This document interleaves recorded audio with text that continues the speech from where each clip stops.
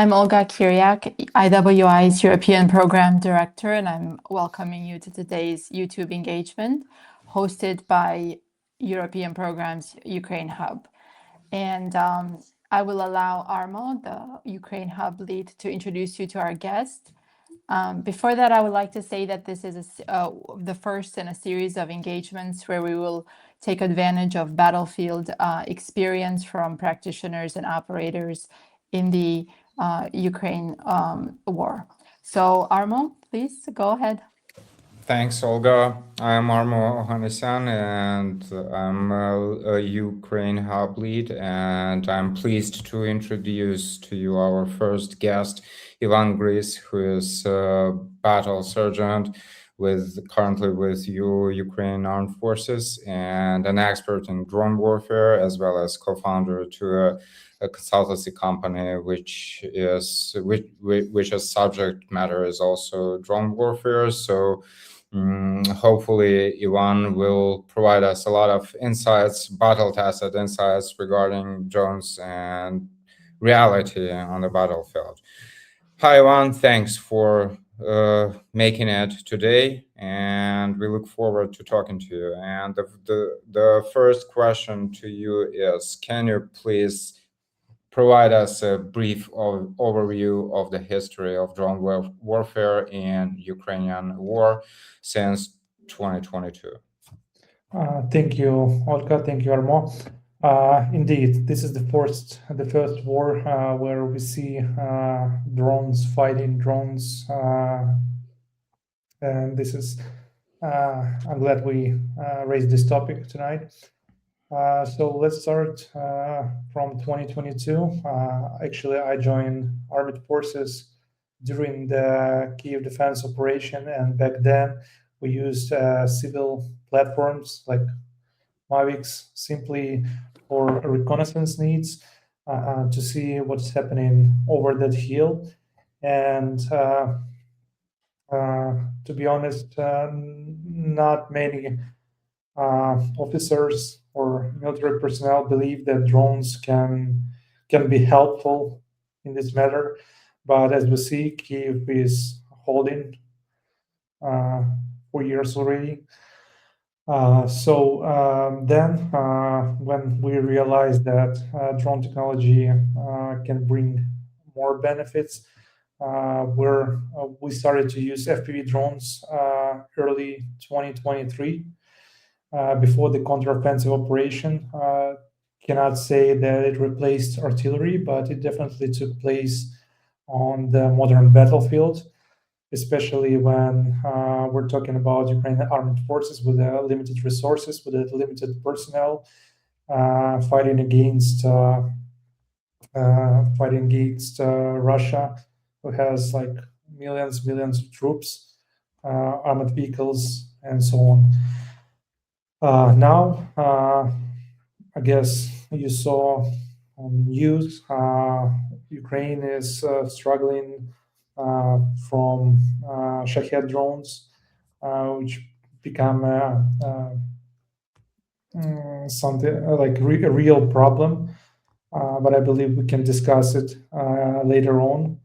As we see during these 4 years, the war changed significantly, and from small Mavic drones, now we see ground drones doing assault missions, logistics missions, and Russian fleet is no longer in the Black Sea because of naval drones. Thanks, Ivan. And what are the crucial developments in the course of these 4 years? So what are the most technological breakthroughs you have witnessed in the span of these 4 years? Well, at the beginning, as I mentioned, there were only some civilian platforms that were adopted due to warfare needs, and now we see it moved like really far.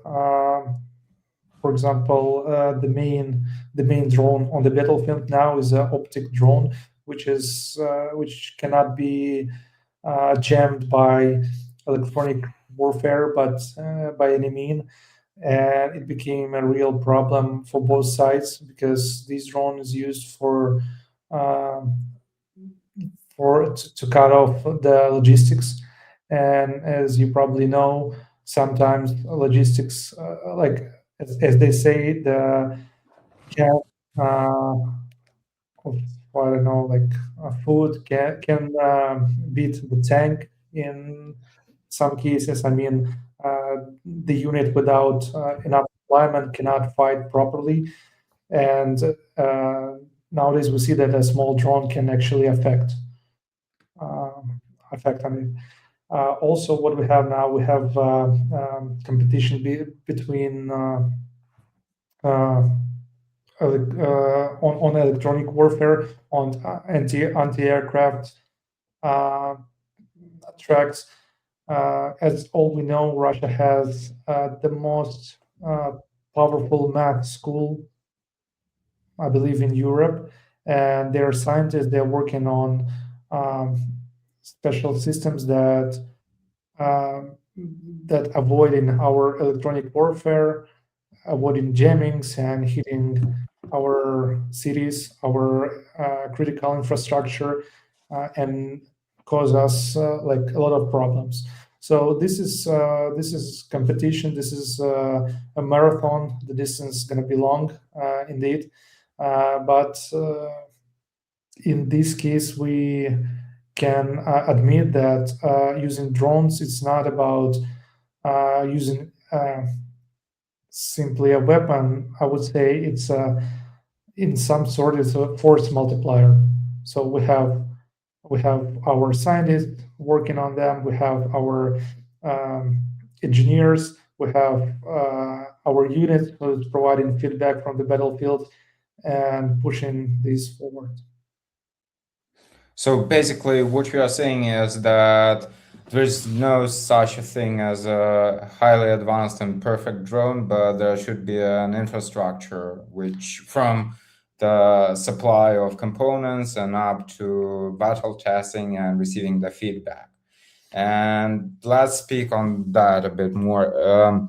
Within that framework, what can you say about the production of drones? Because there are a lot of, as far as I know, as far as I'm informed, the Chinese, for example, components are used both in Russian drones and Gerans,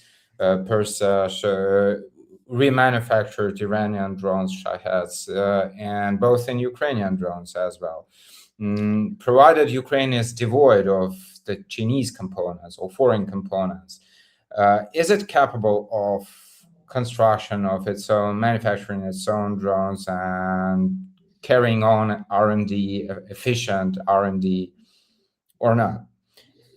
Yeah, you're right. So in the beginning of 2023, the only source of components was to order it from China. And as we know, China is a strategic Russian partner, which actually a high risk for any manufacturer or for any country who doesn't have its own production, in-house production.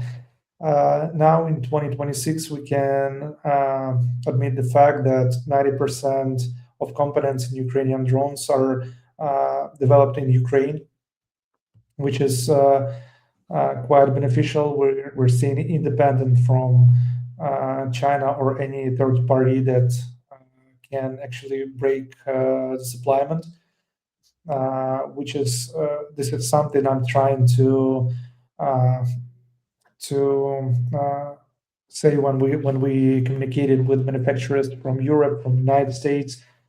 It's not about your company building ideal drone to sign a contract with Ministry of Defense, rather than make sure your country is ready to provide supplements to fulfill its internal needs. Because as we know, Russia is quite big and its resources are quite huge, and none of European countries can stand against it, not with the people, not with resources. And as been mentioned, drones are force multiplier.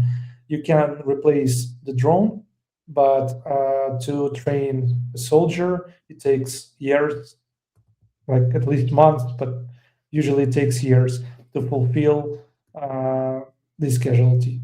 If you're thinking that it's you're not gonna lose your drone, you already lost your drone because it's just a tool. And when you don't have enough military personnel, drones can replace that gap. Of course, like every country should build a reliable R&D center to watch what's going on in Ukraine, to take experience,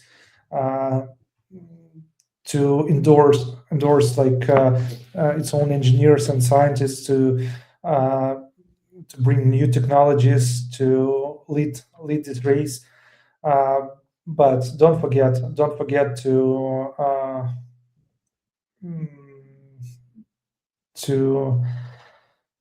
hold to keep the way how to get those parts when you're realizing that you're going to build the drones. The supply chain of the drone from Yeah. from the construction to the end user. Exactly. Can you speak a little bit more about the training? We briefly discussed the European Armed Forces and the fact that they're unlike the Ukrainian Armed Forces, not exposed to battle. How would they be able to position themselves to be well trained and knowledgeable in this field? Of course. So it's important to mention that back in 2022, we didn't have any doctrine regarding drones. It was a matter on how to survive. That's why we brought drones. Nowadays, in Ukraine, you can find even on any social media, you can find some specific events where you can sign up and complete the course of, let's say, FPV drone pilot or ground system pilot whatsoever. And after that, you can actually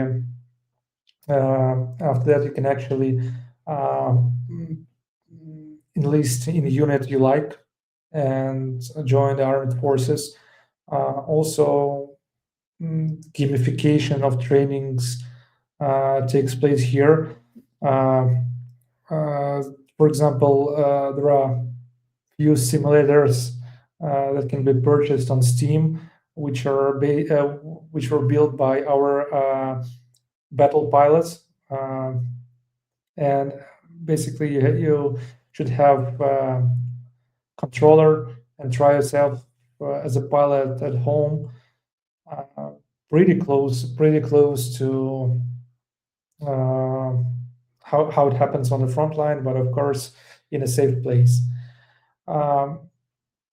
To get experience from the best option to get experience from Ukrainian Armed Forces is to come over here, contact units, and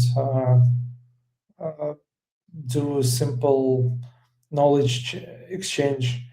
We're seeking for medical instructors, so probably you can bring some instructors to learn our troops for how to do march, and we'll show you how drone infrastructure works here. So yeah, so knowledge exchange, we're pretty open, and this is definitely something every European army should do right now. Well, recently there had been established the unmanned system forces in Ukraine, and almost each brigade has its own like unit or platoon, at least platoon of unmanned systems. So, and of course, they have, all of them have their own focus. Let it be like maritime drones or aerial vehicles or whatever. How does that experience exchange happen with, let's say, R&D establishments and frontline units?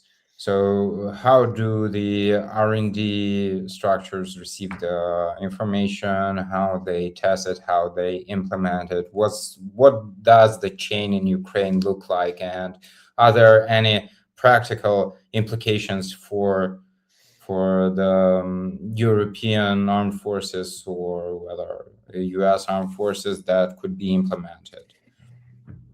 Well, indeed, R&D here is baked by active units, and usually it actually starts from a specific unit. Like a lot of veterans, once they are leaving active service, they're starting R&D departments to build drones, to create some new technologies, and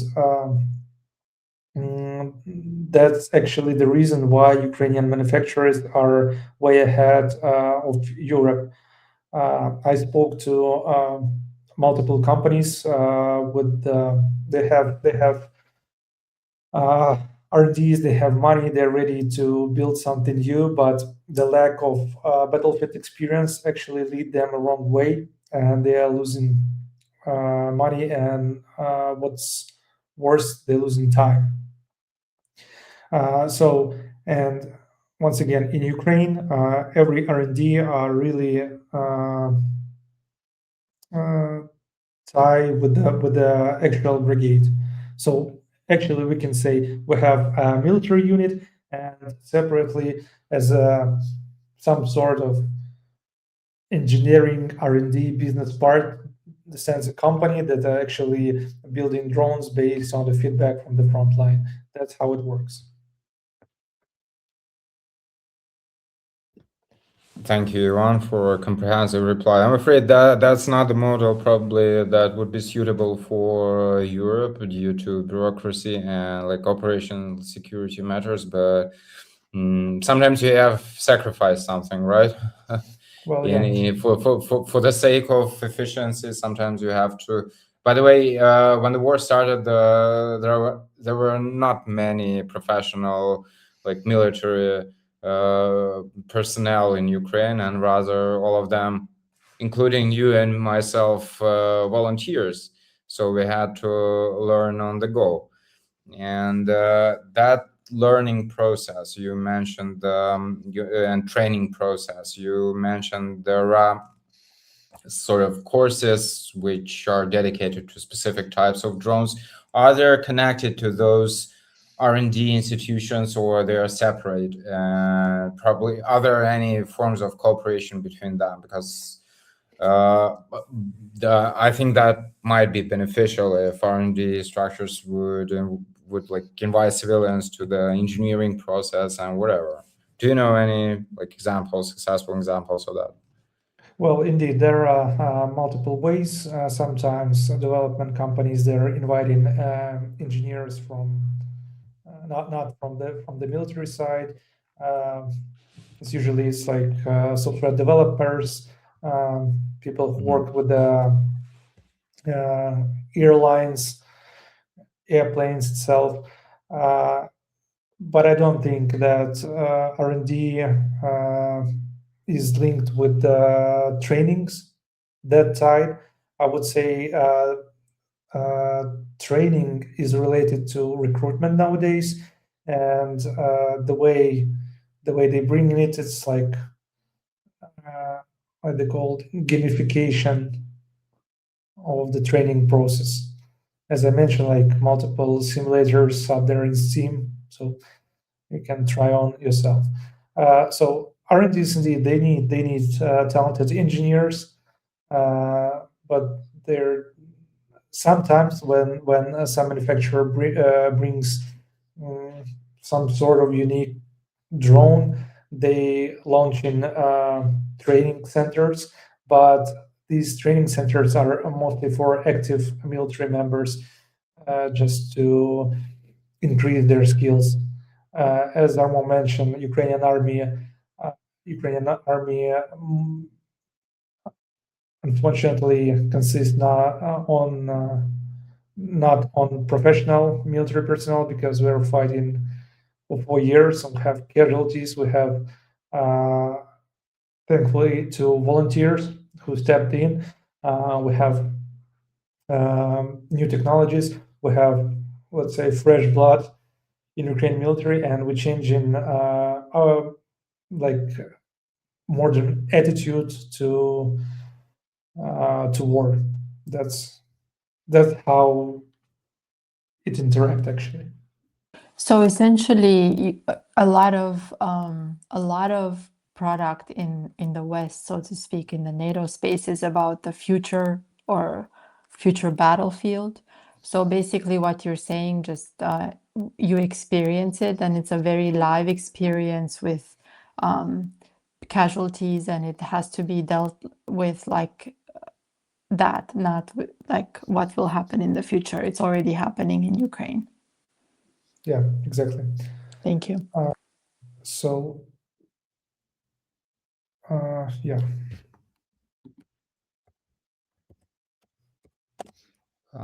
Thanks, Ivan. Let's talk about the economics, core economics a bit. In particular, I'm interested in the cost efficiency ratio in the drone manufacturing. It's like quite obvious that the FPV drone is cheap and the tank it hits is like expensive. Can you elaborate more, please, on that? Whether there are some ways on the cost efficiency and without reducing the technological advancements? Because since there are already deep strike drones, etc., maritime drones, they're quite expensive. But other successful cases of construction of cheap ones that hit the same targets? Yes, good question. I like to talk about war economics. We started with, as I mentioned, we started with a simple FPV drone that cost like $600, and it hit targets that cost $10,000+, which is beneficial to our side. We don't need to use expensive artillery shells, expensive weapons like I don't know, javelins. FPV drone is way cheaper than javelin, but it hits target pretty much with the same result. For now, we see that again the war is quite linked with the logistics. And what we see now, we see lots of deep strike drones hitting critical objects, plants, and so on, everything that can affect on our enemy. And the rate here is you use, let's say, $10,000 worth drone and hit a target that X 100 times more expensive, considering that not every drone on a mission will hit the target. It can be lost somewhere whatsoever, but imagine that $10,000 can destroy entire plant. You saw that Ukraine actually destroyed lots of oil plants in Russia, even like 1,000 kilometers away. We see different operations. It was a joke when we hit a Russian submarine in Crimea, and it was like the first time we hit. How they saw? Okay, never mind. So yeah, we hit Russian submarine in docks. Well, they didn't expect it. What we see now, they're not risking to send any battleships in our Black Sea. because couple of drones, couple of Maguras are taking care of it, and they're afraid. So that's imagine like the huge flagman ship got sinked by a small couple $1,000 drone. Well, it's embarrassing for them, but that's the way we fight.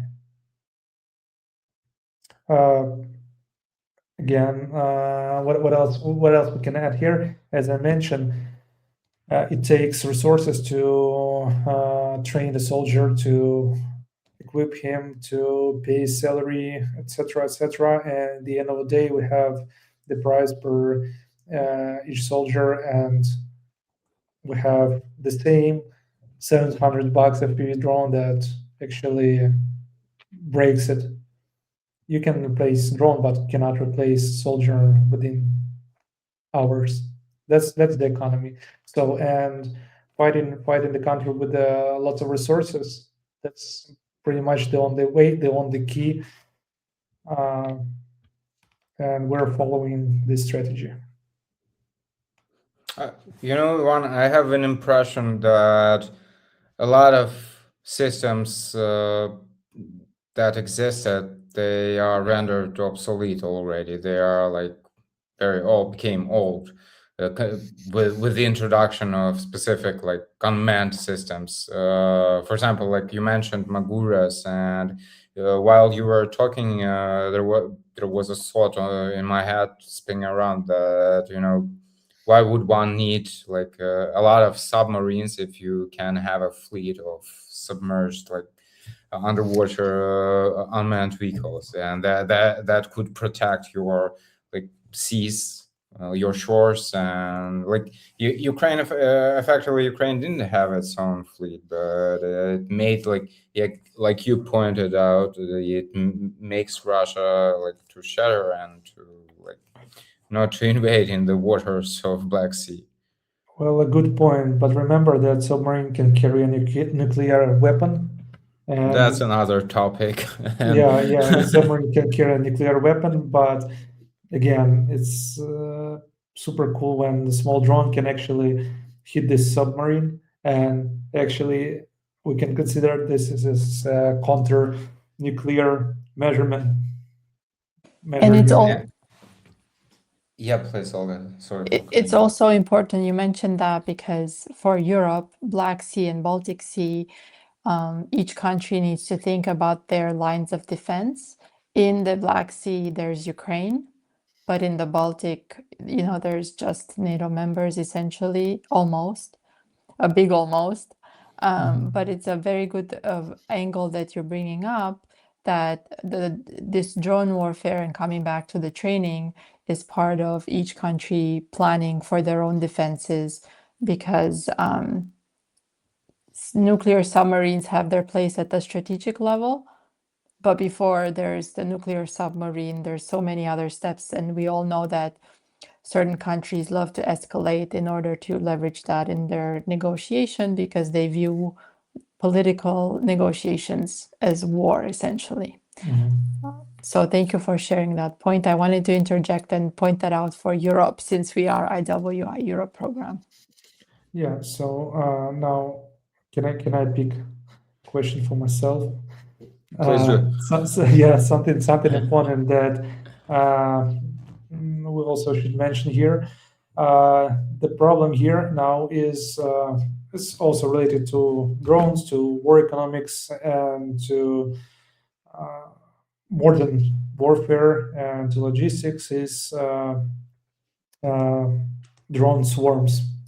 So yeah, probably you saw in news, like we have like 500 drones per night attacking Ukraine, attacking our infrastructure. People in Kiev know what's to live without electricity, without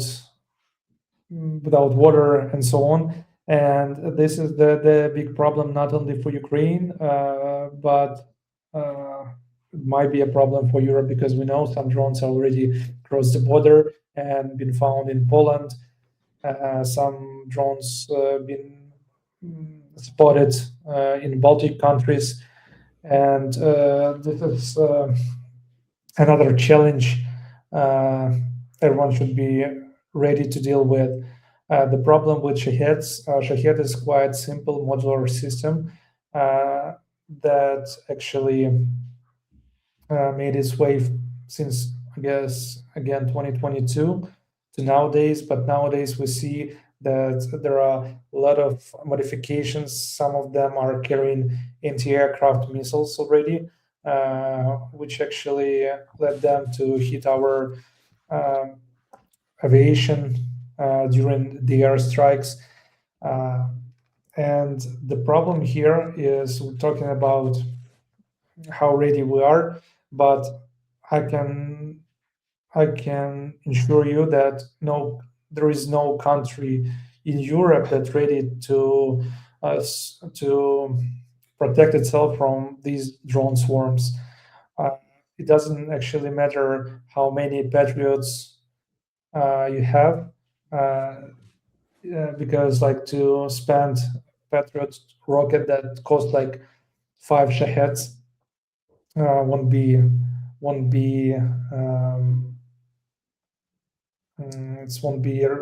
reasonable, simply because you won't be able to product Patriot missiles as fast as they deploy Shaheds. That's the truth. So that's why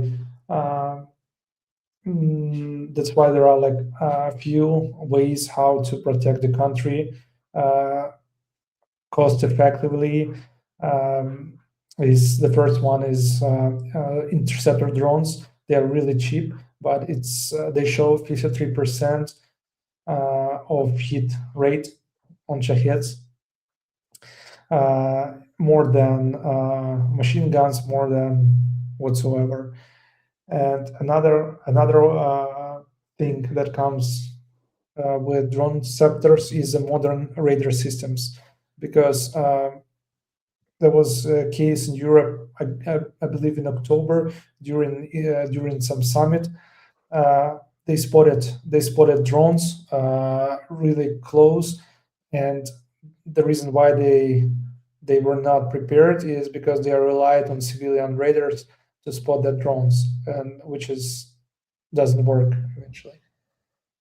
So yeah, while our troops fight in the front lines, doing different missions on the battlefield, we're here, let's say in Kiev, fighting back those Shaheds and missile attacks as we can.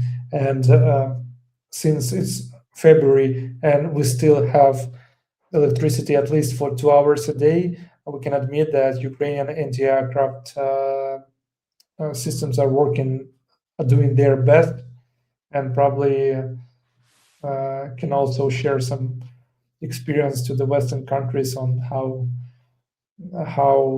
perform that good. Also, the last thing, on the top of the situation, imagine that Ukrainian anti-aircraft system operates like tens and tens of different systems from all over the world. So it's like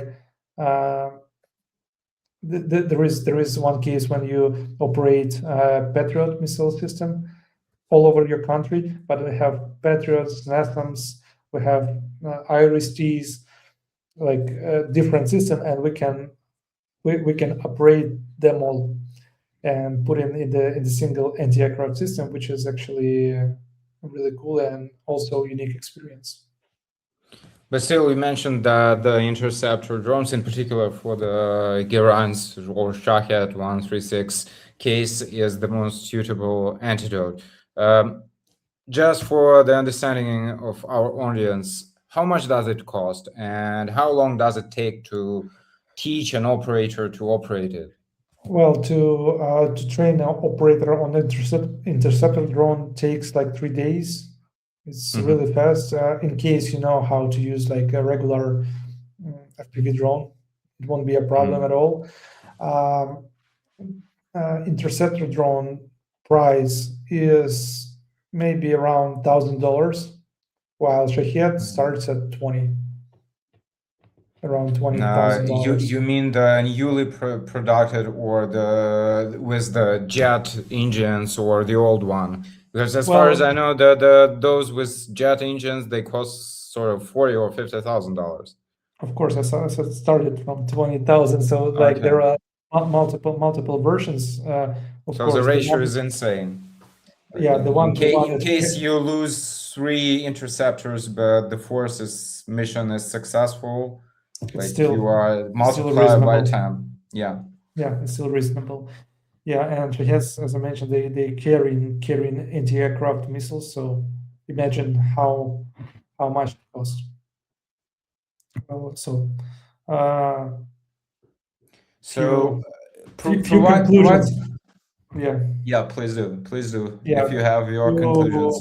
Yeah, a few conclusions for manufacturers. Make sure you're providing you have in-house components to build your product. The second one, you don't need to build ideal perfect drone because because you simply don't need it. Your drone, you should consider that your drone will fly once or like twice, and then it will be lost. So it should be replaced really fast.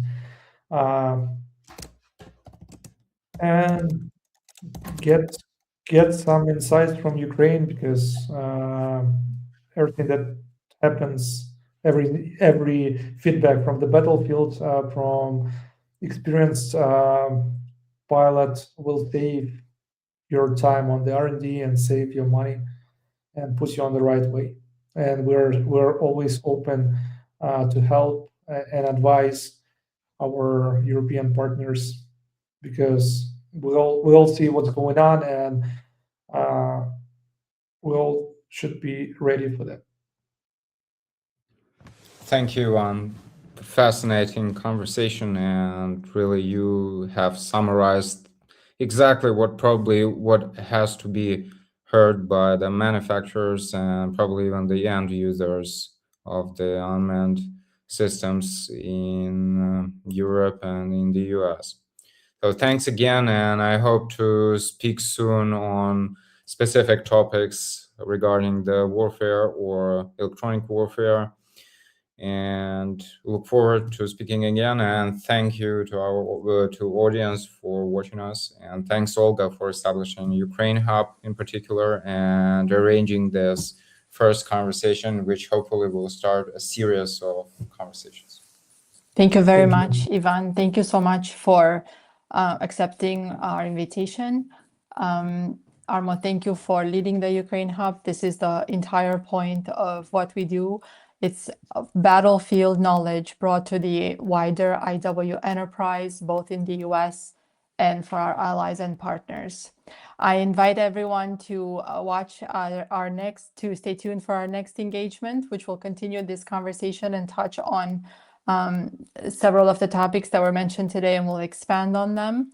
And if you do want to be part of the conversation, please follow us and contribute to the European program of IWI via X, LinkedIn, all of our other social media platforms, as well as, of course, irregularwarfare.org. I appreciate it. Thank you. See you next time.